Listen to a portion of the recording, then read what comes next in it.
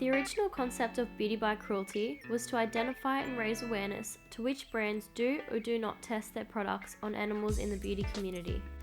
To do this, I would upload regular weekly posts on Instagram of different brands and their products with a caption explaining if they're cruelty-free or not. I would then write a blog post on each brand that goes further in depth about the brand and their testing policies. Since beginning Beauty by Cruelty, I've posted several new brands as well as deleting some old posts that weren't representations of how I wanted the page to look or the information I wanted to put out. Previous feedback loops from when I started the Instagram page showed a slightly higher number of followers wanting to see informational posts, although there was still a high percentage happy with the short to the point posts. With this in mind, I decided to try and cater for my whole audience by giving both options. I uploaded the brand photo with a short caption with the link on my blog page, where I went more in depth about the brand.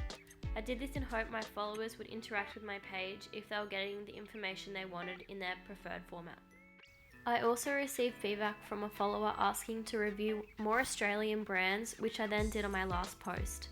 I will continue to do this as majority of my audience is likely to live in Australia, although this cannot be determined as I don't have enough followers for Instagram Insights.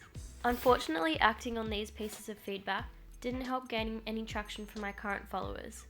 My likes on previous posts were sitting at around 15 likes each post, gaining a reach of up to 113 people, and I had 50 followers altogether, which I was more than happy with. On my current posts, engagement levels are sitting much lower at around 4 likes per post with a reach of 40 users, which is a lot less than before.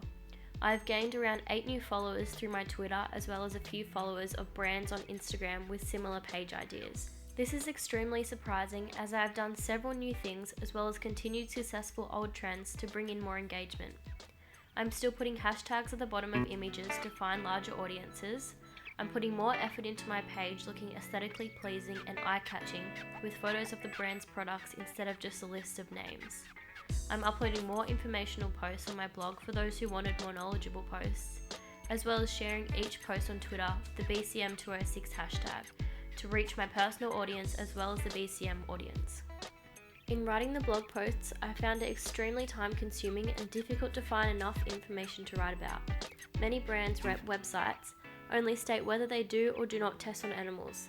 They lack any facts on reasonings why they do what they do, how long they've been doing it, where they test, or what their testing involves. Websites I've found on the topic are generalised and not specific to any brand, therefore cannot be used when writing about particular brands. With this being said, I've decided to not write blog posts on the topic anymore.